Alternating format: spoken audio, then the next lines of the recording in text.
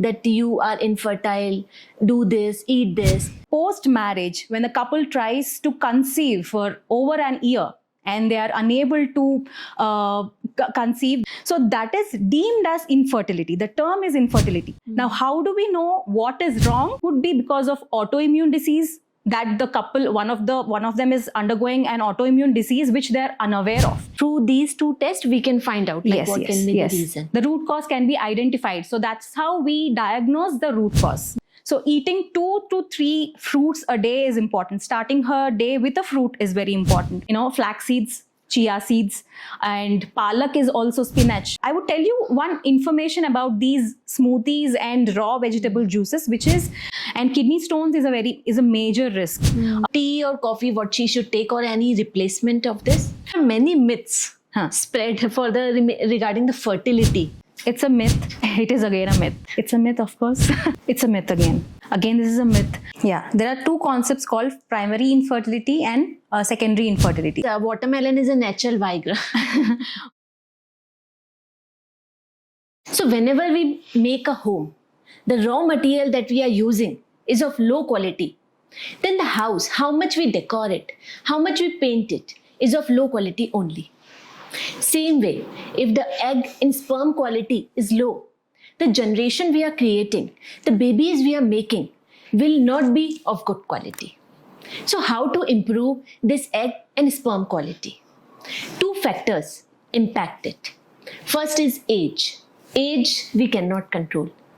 Second factor is the nutrition and the diet.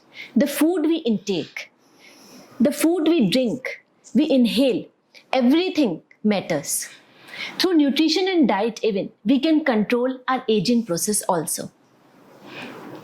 So, if you are planning to have a baby or on this path already from a while, then in today's podcast, we will be guiding you that how to, through nutrition, you can improve your fertility. How your food influence your health. How to boost your reproductive health or your overall wellness. So tune in, stay nourished, and take a step forward for the more healthier you, more fertile you. So please welcome our today's guest, Mrs. Manisha B K, a clinical nutritionist, a yoga instructor, and a therapist from last 5+ years of experience. So let's not wait further and welcome our today's guest.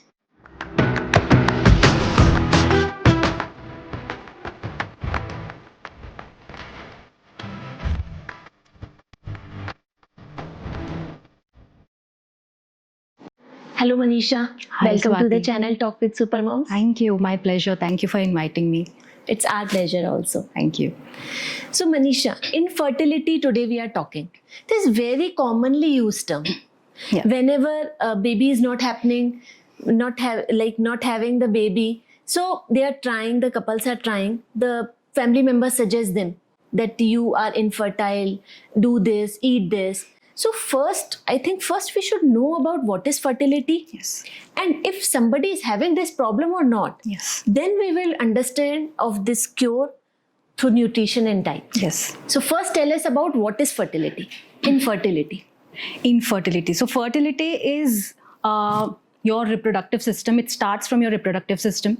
And the fertility, the journey towards fertility, let me explain you the journey towards fertility primarily.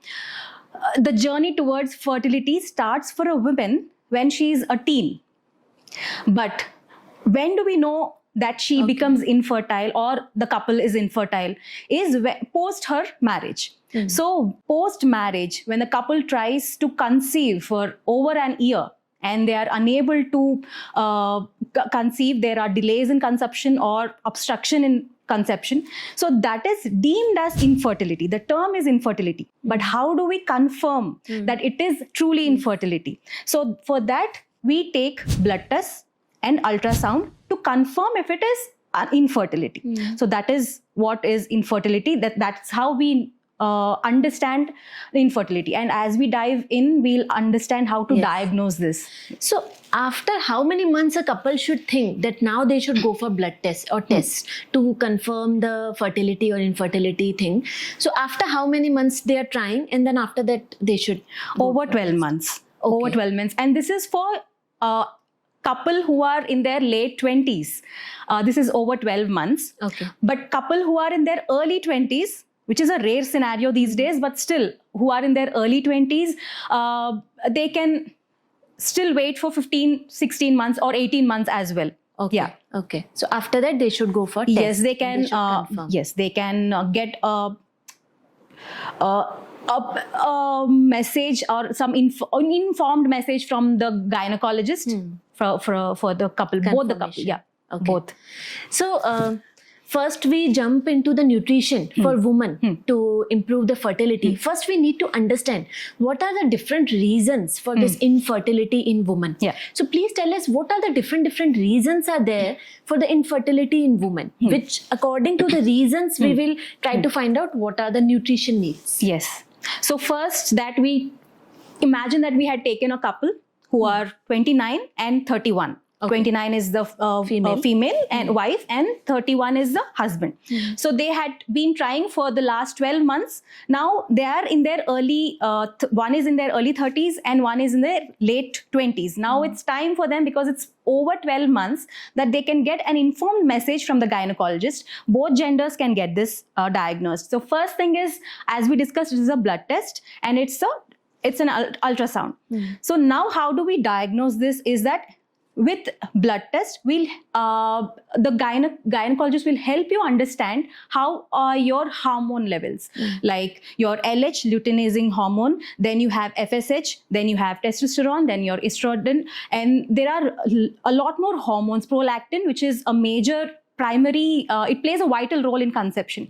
So prolactin should also be checked for both the genders, for the husband and the wife as well. And then when these hormones are low, or some are high, extremely high, some are extremely lower than the normal range, it is deemed that something is wrong. Now, how do we know what is wrong? Is we get to know that if there is inflammation, or if there is infection, or infection-related inflammation. So infection can be even tuberculosis around the reproductive organs of any of the, even the male or the women. So generally we are talking about the women. So it can be tuberculosis around the uterus, around the cervix, anywhere. And then PID, which is pelvic inflammatory disease, which is also an inflammatory, it's an infection again. And then STI, UTI, sexually transmitted infections, and urinary tract infections can also obstruct or delay conception if that is not treated, or misdiagnosed, or not diagnosed at all. So, and then we go towards inflammation. Now that we have seen hormones, we have tested the hormones, now we have seen the infections. So infection is clear, there's no infection. The hormones, there are some fluctuations in the hormones. Now we'll see why there's fluctuation in the hormones is because there is inflammation. Why is there inflammation? It could be because of autoimmune disease, that the couple, one of them is undergoing an autoimmune disease which they're unaware of. It could be a family history, it could be a genetical predisposition that people are unaware generally there. So this is inflammation side. And then slowly inflammation comes to PCOS, or like diabetes. It can be insulin resistance or pre-diabetes, or also diabetes. There are 3 types. So diabetes, type 2 diabetes, type 1 diabetes also, and then blood pressure issues, and issues like maybe thyroid. Yes, thyroid. So these are some issues that could be the reason, these are the root cause of why there are fluctuations in the hormones. And now we have to set these hormones, so we have to target the root cause. So this is the root cause behind the delayed conception, or the root cause behind the obstruction in conception is because of these things. And also we have anatomical problems like tubes that are blocked. And endometritis, which is inflammation in the uterine lining. So that also comes under inflammation. So these are the root causes that help. I mean, these are called differential diagnosis. So one of them could be a problem within the couple. Okay, okay. So some can be managed by, like, some can be detected by blood and test some- and ultrasound. Okay. Yes. Okay. Through these two tests, we can find out like what can be the reason. The root cause can be identified. So that's how we diagnose the root cause. So sometimes there could be unexplained infertility too, because there are cases like this where there is no problem at all, but there is unexplained infertility and the doctor and the patient is completely unaware of what is happening. So in that case, we take a family history. So if there are some miscarriages that happen in your maternal or the paternal side of the couple, so we take the family history, we consider if there are any cases of miscarriages or late conceptions, then we consider it as, asymptomatic infertility. Okay. Yes. Okay. So with this different reasons, causes that you told, so nutrition needs also changes according to this? Yes, of course. So what are the different, with some examples you can take, like for thyroid, PCOS and diabetes and some more. So nutrition related changes you can tell. What maybe today we will talk about only women majorly, so that people should concentrate on, like women viewers can concentrate. Yes. So in women generally, if we'll take PCOS because this is the era of endocrine disruption. Endocrine, because PCOS is a metabolic disease. It can be PCOS or PCOD. So both are different. The intensity of symptoms might be similar, but sometimes with PCOS you can have a delayed conception than with PCOD. And one more thing is that if the woman is suffering from, so we'll take the example of that 29-year-old woman. So her hormones are fluctuating. We see that her hormones are fluctuating. Through the blood test, we got diagnosed that her hormones are fluctuating. Now, through the ultrasound, we will diagnose and confirm if there are fibroids or if there is PCOS, polycystic ovarian syndrome, or the disease around her ovaries. Now let us assume that there are fibroids and cysts. So now what we do is, she is suffering from PCOD and or PCOS. Now we'll identify what is the next step. Next step is to get to know if she has insulin resistance or diabetes, because generally with PCOS, women will also have abdominal fat, obesity, sudden weight gain, even if they're not eating, even if they're on a crash diet, weight never goes down. They put on a lot of fat instead of muscle. So this is one case. And abdominal fat, if there is a lot of abdominal fat, definitely there will be diabetes or insulin resistance. So these are the factors to be considered. And also one more factor to be considered is her thyroid. So if her thyroid levels are normal, and if she is only suffering from PCOS and diabetes or insulin resistance, we will first target the root cause, and majorly it is because of her lifestyle and her nutrition. So here it could be genetic predisposition, it could be, but still we can manage the symptoms and the diagnosis with her lifestyle, adjusted lifestyle and nourished diet. So here for this woman, what we do is we give short and frequent meals that is rich in fiber and complex carbs. And complex carbs are those that are not simple carbs, like white rice should be avoided in her case. If she is taking white rice, because most of the South Indians take white rice, so it's not an issue. She can cut down on the portion size of her white rice, and she can include more proteins in her diet, like dal.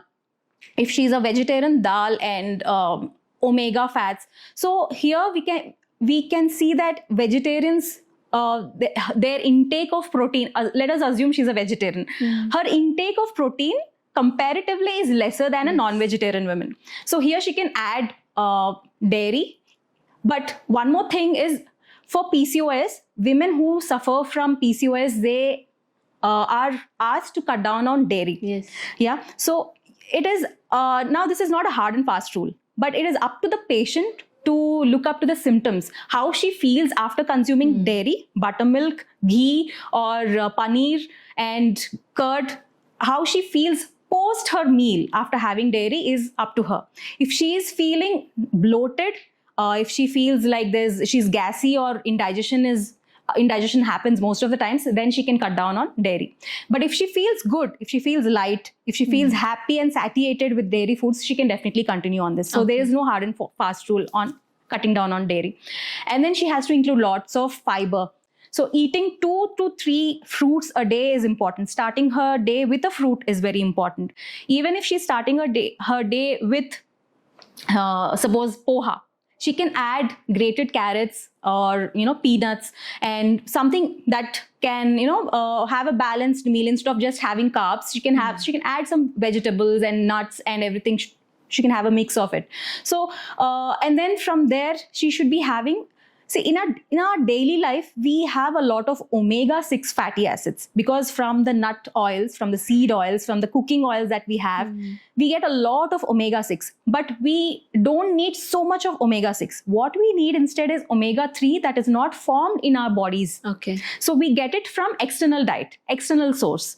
Either she can take omega-3 external supplements or she can include omega-3 rich foods like, flax seeds, chia seeds, and palak is also spinach, also has comparatively less, but still it has a good amount of, because assuming that she's a vegetarian, she'll not be having fish, right? Oily fish. So she can have spinach, she can have chia seeds, she can have hemp seeds and walnuts, flax seeds. So this can be her diet, including more fiber, firstly fiber, then hydrating herself. Dairy, it's up to her if she wants to include it. How she feels post having dairy is up to her. Then complex carbs that we discussed and protein. Okay. So this should be her daily diet. Okay. Yeah. Okay. So as you also told, from when she gets up. So tell us, when a woman is trying to become more fertile, what intake, what nutrition or diet intake she should include in her diet, in her daily routine, right from the beginning when she gets up in the morning till the night she goes to bed. So tell us everything when she gets up. First thing what she should have. Yeah. The first thing for anyone, anybody, even me, you, a man or a woman who is on her fertility diet should be water. The first thing in the morning. So in the recent times, I have seen a lot of people, lot of patients and clients asking me if they can have ashgod juice in the morning or, kale juice or green smoothies in the morning on empty stomach. I would say, I would tell you one information about these smoothies and raw vegetable juices, which is raw vegetables, when we harvest them on the soil, because of the soil and water, when we are harvesting, they have metals, right? Soil has metals like cadmium, chromium, a lot of metals, even mercury at times. So when you harvest a crop, these metals are absorbed into the vegetable and fruits from the soil or from the water. And what you do early in the morning is you use ashgod juice, you drink it on empty stomach. You're taking anti-nutrients which are present in raw vegetables. Why we cook food is we want to suppress these anti-nutrients. Anti-nutrients are phytates and oxalates, goitrogens. There are a lot of anti-nutrients that are not useful to our bodies. When we cook, we suppress these anti-nutrients. We kind of kill them. So cooking and eating is good. When you have raw juices, raw vegetable juices, what happens is you're consuming metals primarily, which is toxic to the body. You're absorbing these metals. And then you're also absorbing anti-nutrients like phytates and oxalates and goitrogens.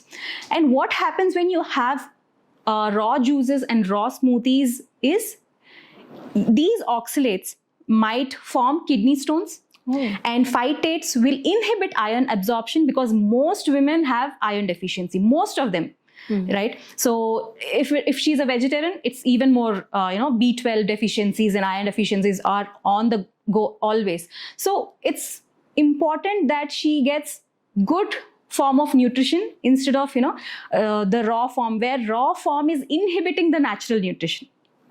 It is suppressing iron absorption from your other foods that you're taking. Suppose you're taking raw ashgod juice in the morning and then you're eating beetroots every day, but you still have your anemia because phytates and the anti-nutrients in the raw juices are inhibiting your iron absorption. And kidney stones is a major risk with raw foods. So this happens.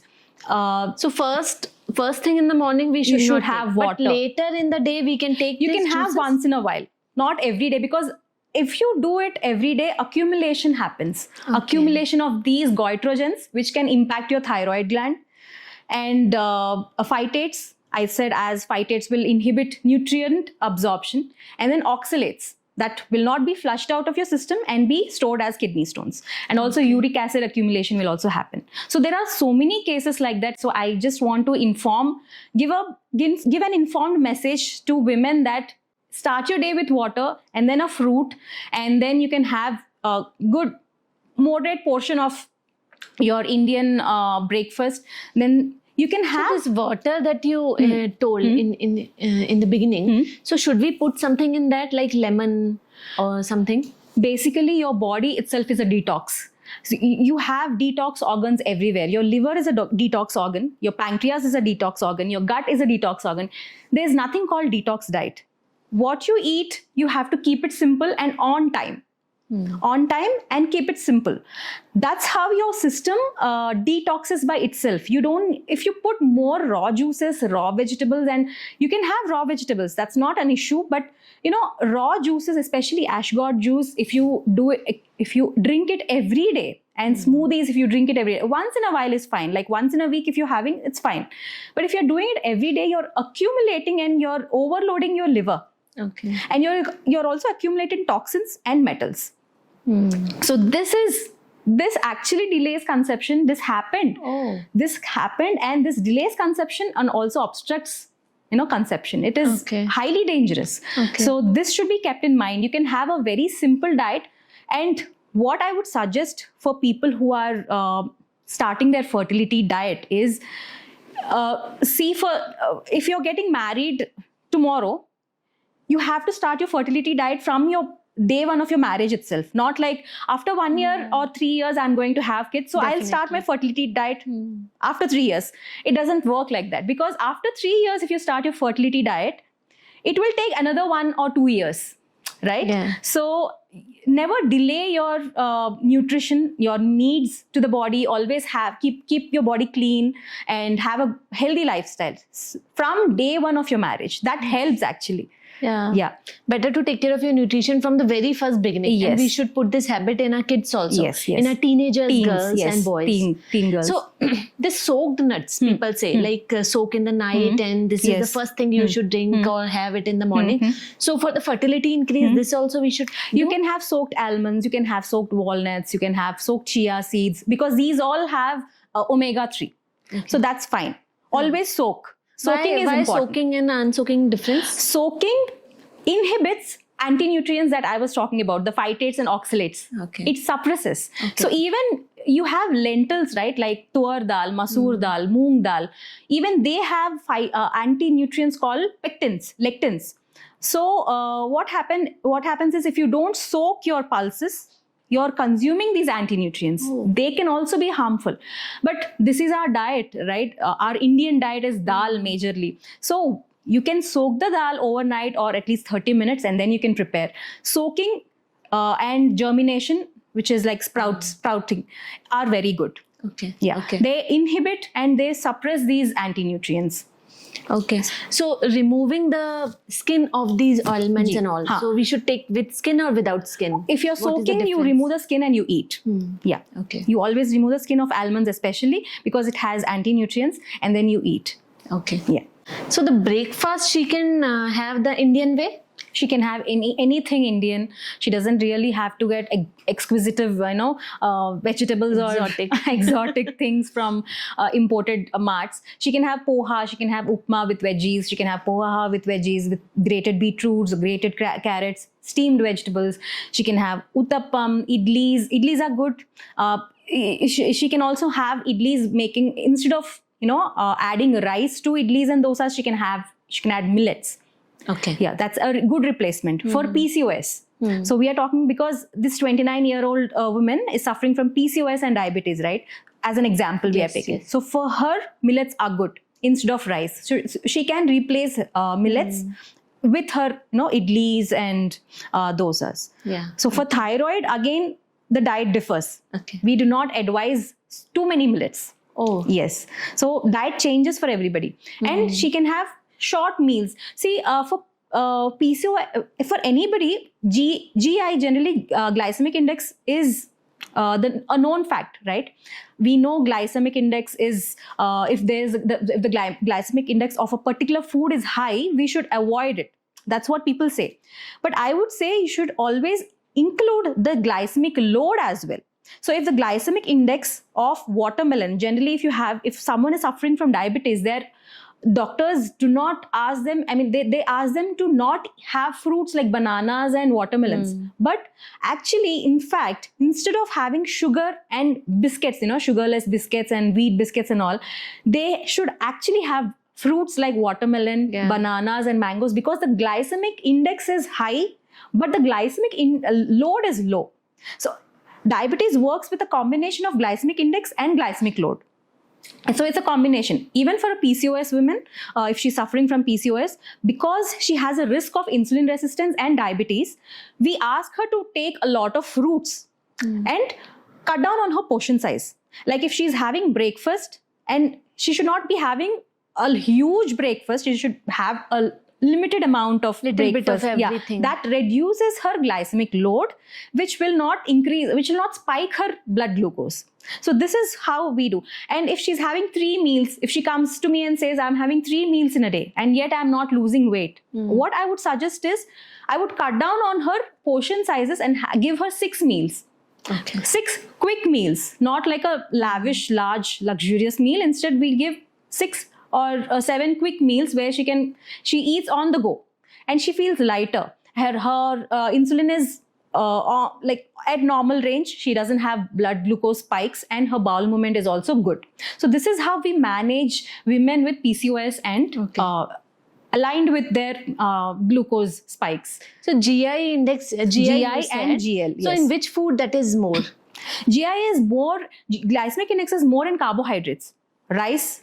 Every food has glycemic index, but if you're taking a watermelon, you take a bowl of watermelon, right? You don't take a huge, like 20 bowls of watermelon. If you take 20 bowls of watermelon or 20 bananas, for a fact, the glycemic load is increased. But if you're taking 1 banana, the glycemic load, although there's glycemic index, the glycemic load is still lesser. Load we should. Yeah, so the blood glucose works on both the sides. It's a combination of glycemic index and just glycemic load, not just glycemic index. Okay. So you can have fruits, you can have high fiber fruits, you can have fruits like watermelon and bananas. Bananas is high in potassium and magnesium and other minerals. It's great. Also, it has an enzyme called bromelain. Pineapple has an enzyme called bromelain. It's great to reduce inflammation. Okay. Yeah, even bananas reduce inflammation. So it is always good to have fruits. Start your day especially with fruits, and then complex carbs, and then protein in your lunch.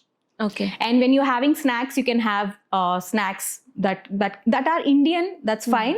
Like makhana, you can have, because that is the current trend, makhana. Then you can have roasted peanuts with puffed rice. Generally, people want something crunchy, so you can have crunchy snacks that are healthy, which are not deep fried. And they can have, if she's a vegetarian, she can have besan ka chilla with, she can have dhokla as a snack, 1 or 2 dhoklas as a snack with her chai.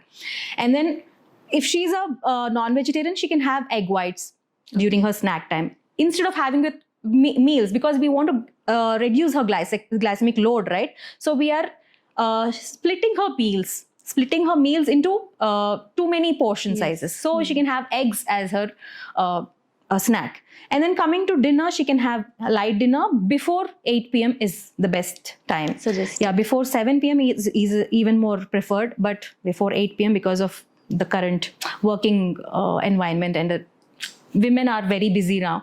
So before 8 p.m. is a preferred timetable for her. And every day sleeping at the same time regulates her circadian rhythm. Okay. And her inflammation and cortisol levels will be reduced. So if her stress is reduced, her cortisol will be reduced and her inflammation will be reduced, and slowly her symptoms will be gradually decreasing. Yes. With the healthy lifestyle. Yes. So this tea, coffee in Yeah. between, woman who is trying to improve the fertility. So tea or coffee, what she should take, or any replacement of this? She can, 1 cup of coffee a day is fine. It's healthy. It's proved scientifically that it's good. It's good for the heart. And tea is also good. 1 cup of tea is good. Although tea has tannins, so what you have to avoid is avoid iron based foods when you're having tea and coffee. Okay, together. Never mix your tea and coffee with food because it inhibits the absorption of iron. Like for example, such kind of For example, foods? if you're having beetroot chilla and then you're having your chai. Okay. So you're having beetroot chilla for a reason. You nicely grated your beetroot, added in your basin and having chilla. You're thinking that this is really good. I'm having a healthy diet. But along with that, you're having your chai. But the tannins in the chai, in your tea will inhibit the absorption of iron again. So it will be a contradiction. So you have to avoid these contradictions. So tea and coffee, 30 minutes after a meal is preferred. Okay. Yeah. Okay. By that time, because your food is also digested and it's broken down. So there are less side effects. Okay. Yeah. So the inflammation you talked Yeah. about, that is I think very hot topic after Yeah. this Vidya Yeah. Balance Uh-huh. video. Yeah. So tell us about women viewers, what is this inflammation in the normal terms, and what is its impact, positive impact, negative impact, and how we can control it through diet? Inflammation is seen generally in your blood. So as I said, when we take the blood test, we see that if there is inflammation in the blood, if there is inflammation in the body, we identify it through the blood test. Okay. And does it come as some parameter? It's a parameter. It's you check for ESR, you check for other parameters where ESR is erythrocyte sedimentation rate. When you check the ESR, if it is high, which means there is a lot of inflammation. So inflammation can be 2 types. One is because of infection. There could be inflammation. So with antibiotic treatment, you can reduce that inflammation. That can be treated. But inflammation because of autoimmune disease, or inflammation because of high levels of cortisol, inflammation because of PCOS and PCOD, inflammation because of diabetes, and inflammation because of thyroid. These should be managed only via diet and lifestyle, corrected via diet and lifestyle. The symptoms of inflammation are painful joints. Painful joints, fatigue, and lack of a proper, body fat is also, the distribution of body fat and protein, the muscle and body fat is also disproportionate. So if there is inflammation, there is definitely body weight, obesity, or nearing obesity. Fat loss becomes the last topic in the body, because when there is inflammation, you gain a lot of weight. So this is inflammation, but you cannot directly target inflammation. You have to target the root cause by which the inflammation comes down. Yes. So this is about inflammation. So anti-inflammatory diet, you cannot directly have an anti-inflammatory diet. What you can have is, you have to identify why there's inflammation in the body, why the parameters are high in your body, and you have to identify why is it happening. Is it because of cortisol? Is it because of the hormonal fluctuations? Is it because of an infection, bacterial or there are a lot of infections in the body, tuberculosis, as I said, unidentified infections sometimes, UTIs, STIs, and PIDs. So if it is something related to reproductive organ and hormones, endocrine disruptions, so that case we have to correct it immediately through diet and lifestyle. Or maybe inflammation can be because of bad lifestyle. Bad also. lifestyle. Simple terms, we can say bad that. lifestyle, which is why bad lifestyle reduces your sleep cycle, melatonin is reduced, and cortisol is increased. When cortisol is increased, you have inflammation. High Cortisol inflammation. is also so much talked. Yes, it's a stress term these hormone. days. Yeah. It is actually a needed hormone. If you have cortisol in a balanced proportion, normal range, it is very healthy. But if your cortisol is too less or too high, that is an imbalance in your endocrine system. So that also comes in test? Yes. Test, You have to cortisol take, level. the parameters, we will be providing what parameters are to be tested, and they will be tested on Okay. that. Yeah. Okay.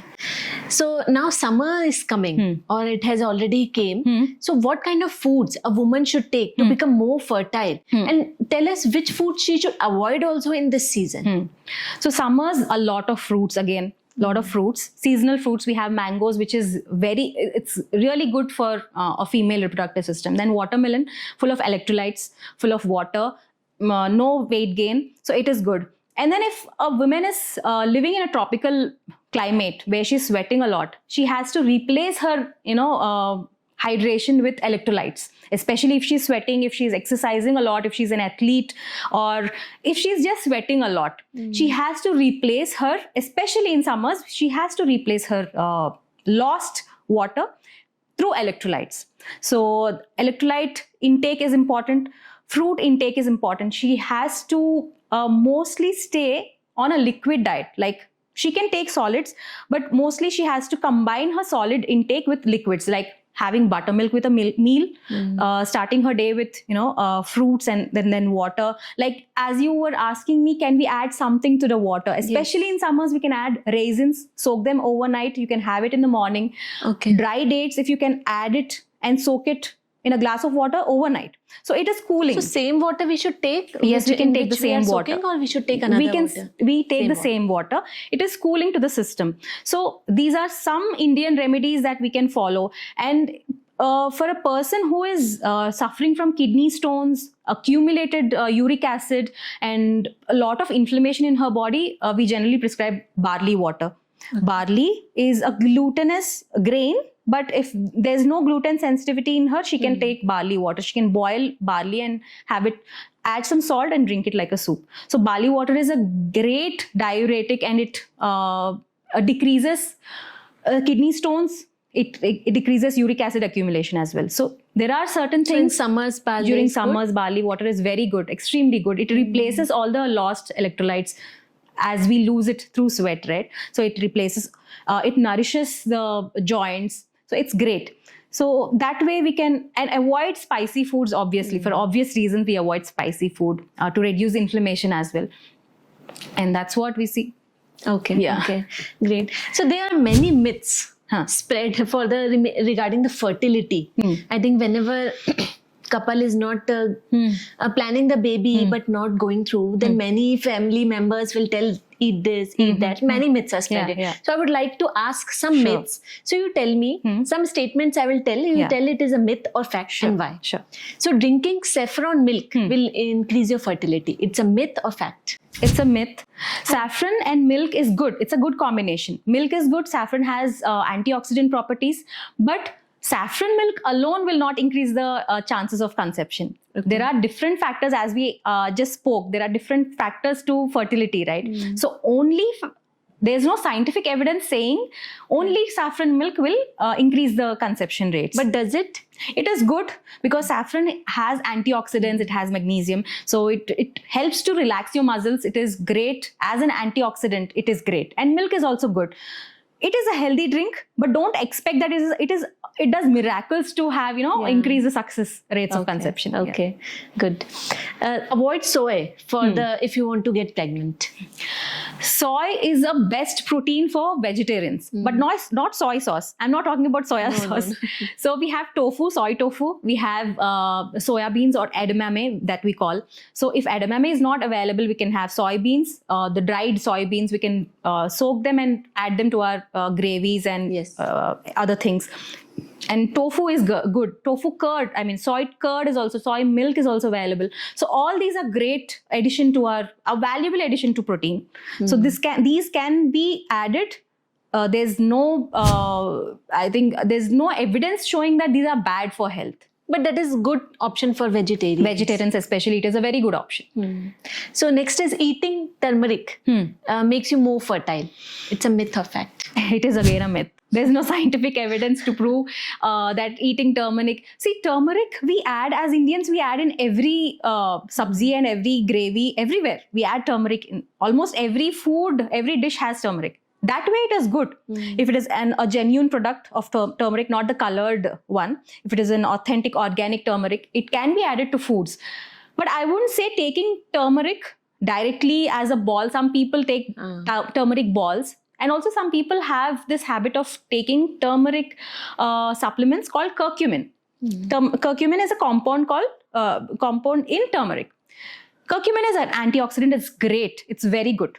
But if you're already on a blood thinner like aspirin or warfarin, because curcumin can interact with these blood thinners and blood pressure medications. If you're already on a medication, curcumin can be a contraindication. So you have to always get this prescribed and then take. Yes, curcumin is great, but there are contraindications when you just cannot have it from the counter and you cannot have it. Definitely, any supplement we should not take without prescription. So eating turmeric, as you said, it's good for health, but not directly related to fertility. Yes. So next is if a couple is not becoming pregnant, it's a woman's fault. It cannot be, we cannot judge based on the genders here. So we are in 2025 now. So as we were speaking about this couple, the assumed couple, the imaginative couple, 29-year-old woman and the 31-year-old man. So first thing when they feel that they are not able to conceive is the first thing, both of them should get their blood tested. Yeah, because there are, even for men, we check for sperm morphology and sperm motility. Both of them are very important. Morphology is the shape and size of the sperm, and motility is how the sperm moves. So if the sperm morphology is, the normal range is between 4% and 14%. If it is less than 4%, that sperm is the reason for obstruction in conception. Okay. So there is male infertility as well. Yes. That should not be ruled out. So both of them should be checking their levels, the testosterone level of the man, his prostate health, and his sperm morphology and motility should be tested. So both the partners should test. Should be tested. Yes. So it's a myth. It's a myth, of course. So next is more supplements if we take will make us more fertile. So more supplements, again, prescribed supplements, yes, it impacts the rate of conception if the supplements are prescribed. Now here I would like to add something called cellular nutrition, molecular nutrition, which I personally believe, and I also prescribe molecular nutrition supplements. So there are some supplements called NMN, spermidine, CoQ10, which is also called ubiquinol, coenzyme 10, and there are resveratrol. There are some supplements that directly move into your cellular level, and it improves your health from that one cell, from the cellular level. It improves your health. So it's called cellular nutrition, or you can also call molecular nutrition. So this helps and has helped many 40-year-old couples to increase their risk, increase their chances of conception. Okay. So yes, supplements help, but the nutritionist or the dietitian and the gynecologist should prescribe the right one, the right nutrition, the right supplement. Then yes, and of course vitamin C, vitamin B12, iron, folic acid, and other B vitamins also help, and L-arginine, L-carnitine, these are amino acids which also help in increasing the chances of conception. Yes, supplements do play a vital role in increasing the chances of conception. But I think that also depends on body to body. After the test only you suggest this is the deficiency according to the patient profile. We suggest according to their clinical manifestations. So clinical manifestation is the symptoms. What kind of symptoms they have, what kind of deficiencies they have. So according to these manifestations, we prescribe the supplements. Yeah. So it's we can say that prescribed supplements are good for fertility. Yes. So next is gluten is bad for fertility. Myth or fact? It's a myth again, because gluten, there are people who are sensitive to gluten. If you observe North India entirely depends on roti, and there are so many other glutinous grains. So you cannot just judge with one grain saying this is bad, because there are people who are gluten sensitive, where their body is unable to break down gluten, and there's also called celiac disease, which is extreme cases of gluten sensitivity. So these people, for them, if they have glutinous grains, they have symptoms. They face symptoms such as inflammation, that we are talking about, inflammation, because it is an allergic reaction, right? So they fall prey to inflammation. They have indigestion, weight gain, fatigue, skin rashes. So all these are symptoms of gluten allergy. So for women who are allergic to gluten, they are not supposed to have glutinous grains. Even barley is not they are not supposed to have even barley. So if someone is feeling better and they're losing weight, they're feeling great and energetic by having 2 2 rotis and 1 sabzi and salad and dal, it's good. It's a Okay. good meal. So we should understand our body. Yes, If we are always gluten allergy. allergic. Yes, allergy test should be done. If but the patient should come to the dietitian to tell her symptoms. Otherwise, these are very small things that go unnoticed, undiagnosed. Yes, yes. So these should be always monitored. Yes. Yes. Okay. So eating pineapple makes you more fertile. There's a myth or fact? Eating pineapple is not the direct, it doesn't directly impact fertility. Bromelain in pineapple, as I said, is a great anti-inflammatory compound. Okay. So if you're eating a small bowl of pineapple every day, it will definitely give a good result on your health, but that doesn't mean that it will increase your chances of conception. It might, definitely improve your blood homeostasis. Blood homeostasis, which means balance of alkalinity and acidity in our acidic environment or alkaline environment in our blood. So, which is very important. So, definitely eating fruits like bananas and pineapple. Watermelon, it definitely impacts and gives a good result to your blood. It provides you with better health than what you had previously. But will it directly impact your chances of conception? It takes a lot of factors to decide on it. Yes, definitely. So next is avoid dairy products to get pregnant. Again, this is a myth, because dairy, there are people who are sensitive to dairy products. They are called lactose intolerant people. They cannot take milk, some people might not even take curd. So they are called lactose intolerant, where their intestine lacks an enzyme called lactase, which breaks down lactose. So if that individual lacks this enzyme called lactase, so that person is definitely dairy sensitive.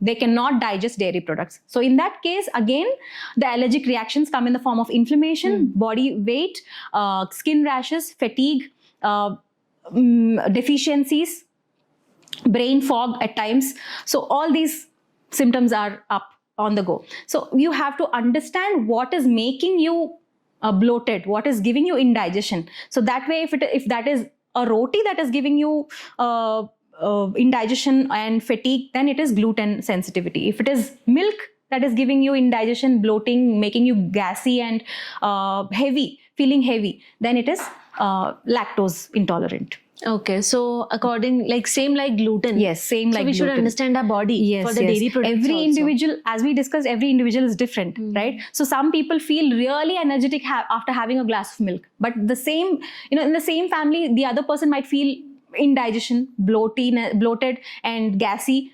So both of them have different intestinal environment. So one person in that family has a very healthy intestine where the lactose is broken down, but the other person in the same family might have an enzyme lactase that is deficient. So that's why it might be an impact on that person. So dairy product avoid or we should not avoid depend on person body. To person. There's no hard and fast rule. Like dairy products cannot be bad at all. They are good, but for some people, yes, they are bad. Yes. Okay. So last one is watermelon is a natural Viagra. Watermelon is not a natural. I can't say it's a natural Viagra, but watermelon has a compound called citrulline, and citrulline, when you consume that compound. When you consume citrulline, it boosts nitric oxide in your blood. Nitric oxide boosts L-arginine, that I was talking about the supplements, right? Okay. L-arginine. L-arginine boosts testosterone. So it's not a direct path, but it's an indirect way. But if watermelon has to be a Viagra, if it has to act like Viagra, then the man should have like 20 watermelons, which is impossible. So this directly doesn't impact testosterone, but it is a good way to improve nitric oxide, improve L-arginine, and it improves his testosterone, which will boost his performance. So it is a good diet. Yes. Okay. So this is the end of our myth and fact session. Yeah. So our next question is primary female fertility and secondary female fertility for the woman.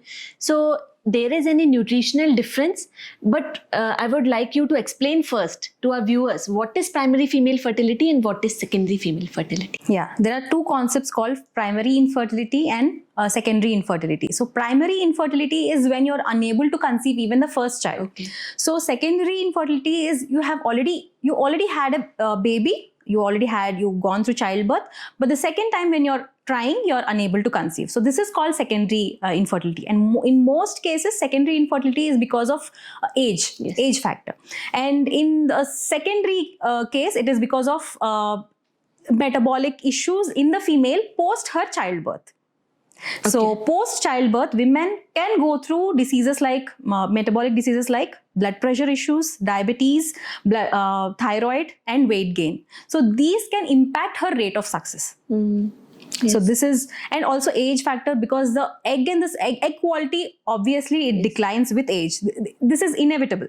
So we have to consider both the factors, and along with, as we consider her age and her any other factors that are impacting her rate of success in conception, we prescribe her supplements, mostly external diet supplements. External supplements are mostly prescribed, and here again cellular nutrition comes. And of course there are also pharmacological interventions, like we give them IVF and medicines like ovulation induction to improve the chances of their conception. So there are interventions and dietary aspects and supplementary aspects all play the role. And maybe depends on the primary female, how she, like in primary female fertility, after her first childbirth, like how is her body is Yes, like that, yes, like yes. how many deficiencies in her body, Yes, and as post you said, her weight first gain also. childbirth, how her health has been affected. As we discussed, she could be affected with weight gain and develop diabetes and develop thyroid or blood pressure issues. So this could impact her rate of success. Okay. So too much we have talked about woman fertility. So let's talk about men fertility also. So any different nutrition for male. We have talked about many nutrition till now. So maybe many are common for the women and men. But for men, especially, any nutritional needs are there to improve their fertility? Yes. So let me add one more point here before we dive into the men section. So here for women, we never ask the women to decrease her fats. For women, for her, it's a myth that women should eat less fats. Women should eat more healthy fats, which is the omega-3 fats that we were talking. Omega-3 fatty acids are essential to improve her egg quality. So we can directly not know the quality of egg, but we can know the ovarian reserve, how many eggs are left, how many follicles are there. The female can be tested for this.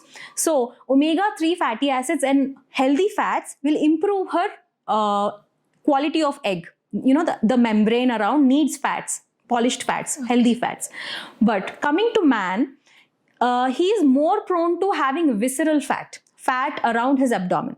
So for him, less fats. Less fats. Good fat also less? Good fat also, but a little, lesser fats comparatively from women. Yeah, lesser fats, because that will boost his testosterone levels, that will boost his performance levels, and it is good for him to reduce his to improve his cardiac health and to reduce his triglyceride levels. So because men are more prone to visceral fat here around their abdomen, they have to always consider taking less carbohydrates, less simple carbohydrates, and less fats.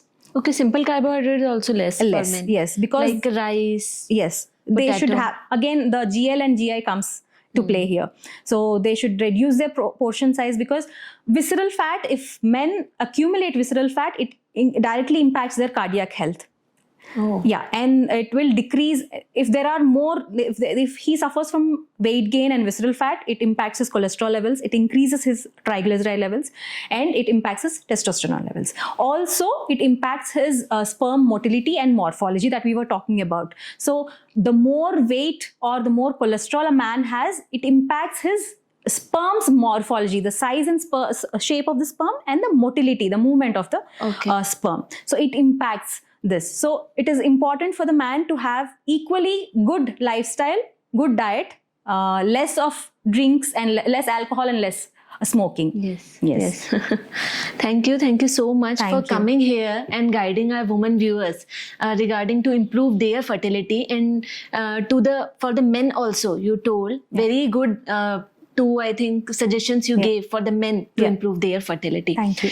So Manisha, you tell about yourself, like how you can help women for in their fertility journey, and how many women you have helped till now. Yes, my contribution has been good, but I wouldn't say that, I don't target on the rate of conception, mostly because, as I said, we target the root cause. So the rate of conception is mostly taken care of the gynecologist. So what I target is reducing her symptoms and reducing her, improving her endocrine function. So what my contributions towards the female is more of educative and prescribing better diets, prescribing better cellular supplements, and helping her. It's a holistic way, helping her in an all around overall health. So what I suggest most of the times is to have less of foods from outside. So one thing I would say is, anything that you buy from outside, anything that you eat from outside can never be healthy. So you can have food from outside definitely, but occasionally. So every day, if you want to, because right now, if you watch news, there are a lot of news talking about adulterated food, food adulteration, sorry. So food adulteration is a talk of the town right now, where the paneer has been polluted, where milk can be polluted. So many things have been added to our oils. All the oils that we buy are also high in omega-6. If you take high nut and seed oils, which are already high in omega-6, there are chances of developing inflammation again. Okay. So you need a balance of omega-6 and omega-3. So that's why, but omega-6 is already available in the body, but omega-3 is not available. So that's why we need something that is not available in the body, something that is not formed in the body. So I identify that lack. So I identify the deficiency, the lack where she is not able to identify, and I monitor whatever I have to do for her health. So this is how I contribute to women's fertility and their health. And yes, we have had so many transformations, especially in their health, in their weight, in their endocrine function, because adulteration of food, all the plastics, all the pollutants that are added to foods outside are endocrine disruptors. They are called endocrine disruptors. So they are one major reason for women to develop PCOS. Okay. Yes. So this is how I educate them and help them. This is my contribution. Great. That's great that you help women in this area. Thank you so much for coming here and guiding us. Thank you. It's my pleasure. Thank you for having me today. It's our pleasure too. Thank you. Infertility.